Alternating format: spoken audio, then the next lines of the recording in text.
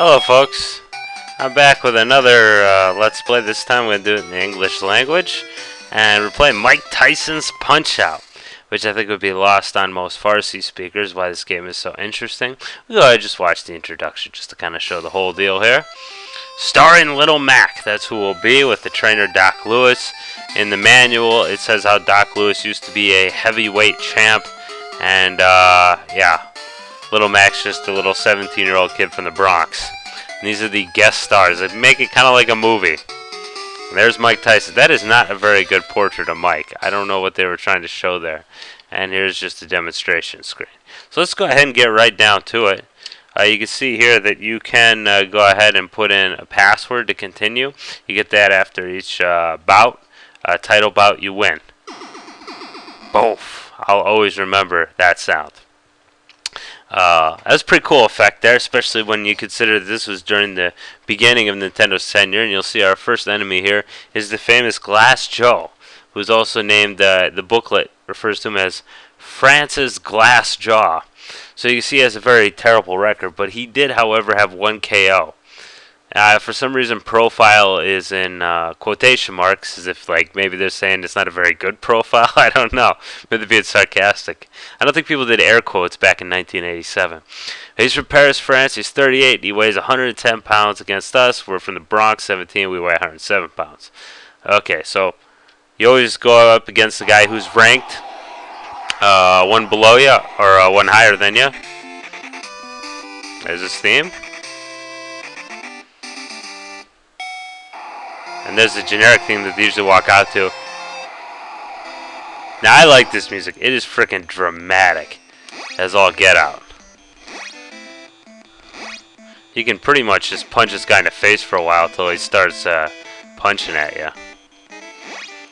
He likes to keep his gloves down for good boxing stance. Uh-oh, now he's ready to get it on. Holy crap. That was bad.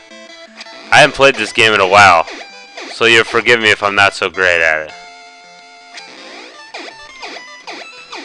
And just kind of mixing it up. But that's mostly what this game is. It's just responding. Oh, he went down. He's just responding to their cues. If you're not familiar with this game, those hearts there, every time you get blocked for a miss a punch, you lose a heart. Okay? Every time you hit him by surprise, you get a star. A star allows you to do an uppercut, and I will show you that in just a second. One thing that's interesting, I didn't know this when I was a little kid playing this game, is that the beginning of Glass Joe's theme there is actually, he's going to do anything. Come on, Joe. Give me something. The beginning of his theme there is the beginning of La Marseillaise, which is the national anthem of France. Bam! Knocked him down with an uppercut. Felt better.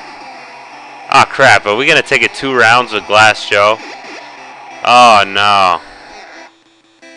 Yeah, we are. We're going to go 2 rounds with damn Glass Joe. I'm sorry, guys. I thought it was better than this. I guess we'll take it slow with him. Oh, no, we won't. No, we won't, folks. We will not go 2 rounds with Glass Joe. TKO. So 3 knockdowns get you TKO. Like in some boxing matches. But, yeah, I'm a real fan of this game. I mean, the graphics are really good, especially given the time period. The music is very dramatic.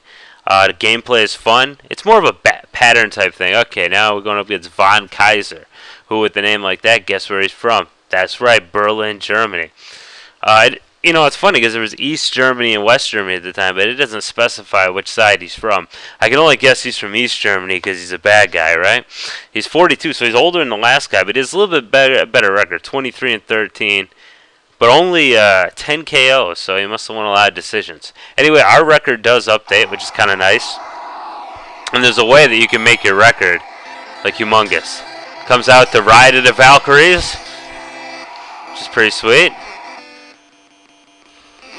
Now, this guy has one big-time chink in his armor here. And we're going to take that, we're going to use that to our advantage, believe you me. But he won't start giving us the opportunity to... Let's try and get him with a gut shot there because I thought he was going to go for something else.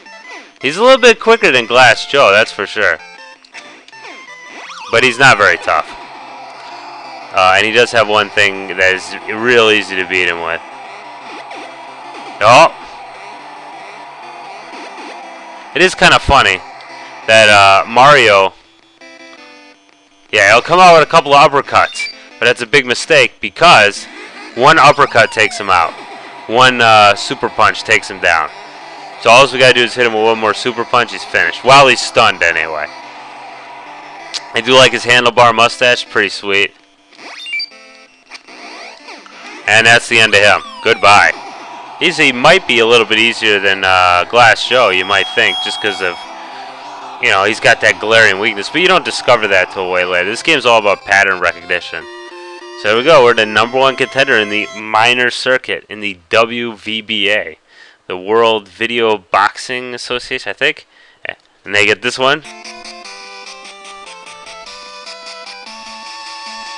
And you get a little music there for your title bout music. So yeah, this is the title bout here for the minor title, and I like how they have that little announcement there. And that's how, yeah, I learned the word title bout, like the word bout from that. Okay, so here's our boy Piston Honda. He's from Japan, really, and I don't know Japanese very well. I do know a few characters, but it does look like it says Japan on there. And then that might be 1. The last character might be the symbol for 1, like Japan #1. I'm not sure. If I'm wrong, you guys feel free to correct me. I've spoke other languages, not Japanese. But anyway, he's 26-1, 18 KOs. And yeah, so he should be a tough contender. The thing is, all these guys say funny stuff between the rounds.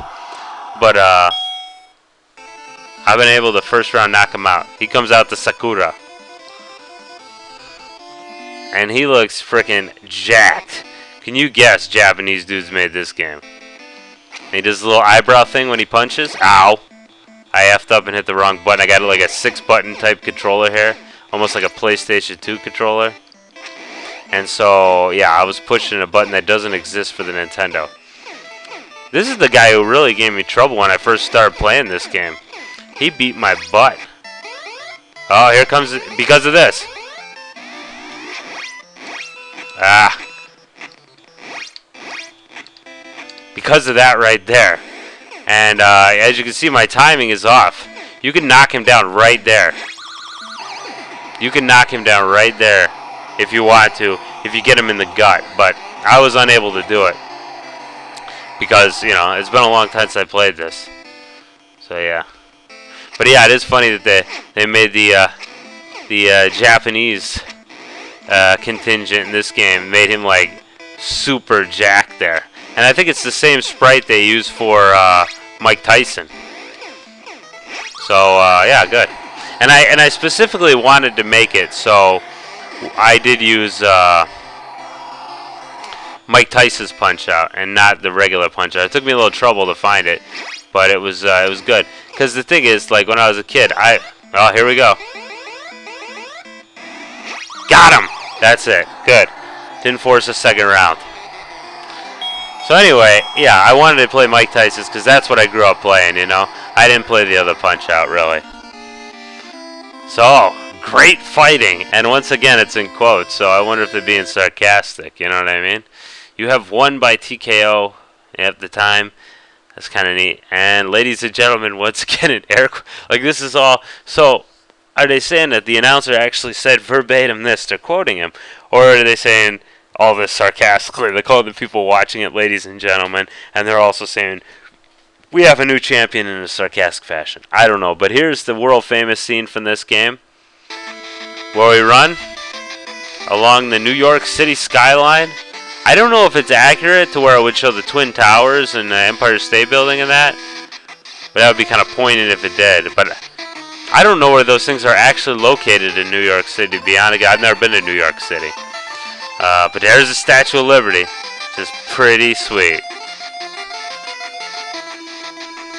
And it's where they give you the password, and everybody will think it's hilarious that old Lil Mac has a pink hoodie on.